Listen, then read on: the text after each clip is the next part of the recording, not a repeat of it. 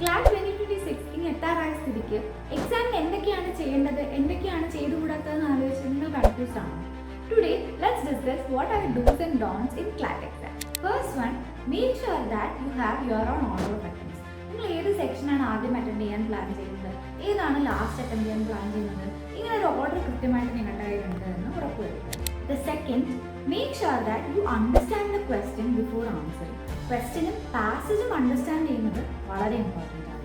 The third, try attempting elimination method as well. മിക്ക ക്വസ്റ്റ്യൻസിലും നമുക്ക് direct ആയിട്ട് ആൻസറിലേക്ക് എത്താനുള്ള ചാൻസസ് ലിമിറ്റഡ് ആയിരിക്കും.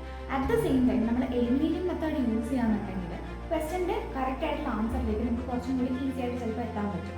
സോ എലിമിനേഷൻ മെത്തേഡ് ഒരു സ്ട്രാറ്റജി ആയിട്ട് യൂസ് ചെയ്യാനായിട്ട് നോക്കാം. അടുത്തത് വളരെ കൺഫ്യൂസിംഗ് ആയിട്ടുള്ള ഓപ്ഷൻസ് ആണെന്നുണ്ടെങ്കിൽ be confident to skip the question. എല്ലാ ക്വസ്റ്റ്യൻസും സ്കിപ്പ് ചെയ്യണമെന്നല്ല, പക്ഷെ നിങ്ങൾ ഭയങ്കരമായിട്ട് രണ്ട് ഓപ്ഷൻസിൽ സ്റ്റക്ക് ആവുകയോ ഒട്ടും ക്വസ്റ്റ്യൻ കോംപ്രിഹെൻഡ് ചെയ്യാൻ പറ്റാതെ വളരെ കൺഫ്യൂസ്ഡ് ആയിട്ടുള്ള സിറ്റുവേഷൻസിൽ ക്വസ്റ്റ്യൻസ് സ്കിപ്പ് ചെയ്യുന്നതും ഒരു സ്ട്രാറ്റജിയാണ്. ഏത് സെക്ഷനിലാണെങ്കിലും ഭയങ്കര കോംപ്ലിക്കേറ്റഡ് ആയിട്ടുള്ള ഒരു പാസേജോ അല്ലെങ്കിൽ ക്വസ്റ്റ്യനോ വന്നു കഴിഞ്ഞാൽ നിങ്ങൾ പ്ലാൻ ചെയ്തതിനെക്കാട്ടിലും കൂടുതൽ സമയം ആ ഒരു പെർട്ടിക്കുലർ ക്വസ്റ്റ്യൻ കൺസ്യൂം ചെയ്യുന്നതായിട്ട് തോന്നിക്കഴിഞ്ഞാൽ ഫോർ ദ ടൈമിങ് ആ ക്വസ്റ്റ്യനും പാസേജ് സ്കിപ്പ് ചെയ്തിട്ട് ഏറ്റവും ലാസ്റ്റ് തിരിച്ചു തരാനായിട്ട് നോക്കുക, അല്ലെങ്കിൽ നിങ്ങളുടെ എൻറ്റയർ പ്ലാൻ തെറ്റിപ്പോകും. ഇനി അൺപ്രഡിക്റ്റബിൾ ആയിട്ടുള്ള ക്വസ്റ്റ്യൻസ് വന്നു കഴിഞ്ഞാൽ പാനിക് ആകാതെ അതുമായിട്ട് അഡ്ജസ്റ്റഡ് ആകാൻ നേരത്തെ മെൻ്റലി പ്രിപ്പയർ ചെയ്തിട്ട് വേണം എക്സാമിന് പോകാനായിട്ട്. ഇനി എന്തൊക്കെയാണ് ഡോൺസ്? ക്ലാറ്റ് എക്സാമിന് 12 മാർക്സിൻ്റെ ഒരു സെക്ഷനാണ് ക്വാണ്ടിറ്റേറ്റീവ് ആപ്റ്റിറ്റ്യൂഡ് എന്ന് പറയുന്നത്. സോ നിങ്ങൾ ഇൻ ബിറ്റ്വീൻ ആണ് ക്വാണ്ടിറ്റി പ്ലേസ് ചെയ്തിട്ട് ക്വസ്റ്റ്യൻസ് അറ്റൻഡ് ചെയ്തെന്നുണ്ടെങ്കിൽ make sure that you are not spending more than 15 minutes in one.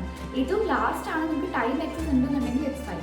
Otherwise നിങ്ങൾ 15 മിനിറ്റ്സ് കൂടുതൽ ക്വാണ്ടിറ്റി സ്പെൻഡ് ചെയ്ത് കഴിഞ്ഞാൽ ബാക്കി സെക്ഷൻസിനെ അത് അഫക്റ്റ് ചെയ്യാൻ ചാൻസ് ഉണ്ട്. ഇനി GK പാസേജ് വേണ്ടല്ലോ എന്ന് കരുതി ഡയറക്റ്റ് ആയിട്ട് എക്സ്റ്റേണൽ നോളജ് മാത്രം അപ്ലൈ ചെയ്ത് ക്വസ്റ്റ്യൻസ് സോൾവ് ചെയ്യാനായിട്ട് നിൽക്കരുത്.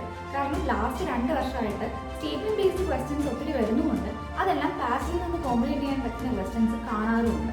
So make sure that you read the passage also before attempting GK questions.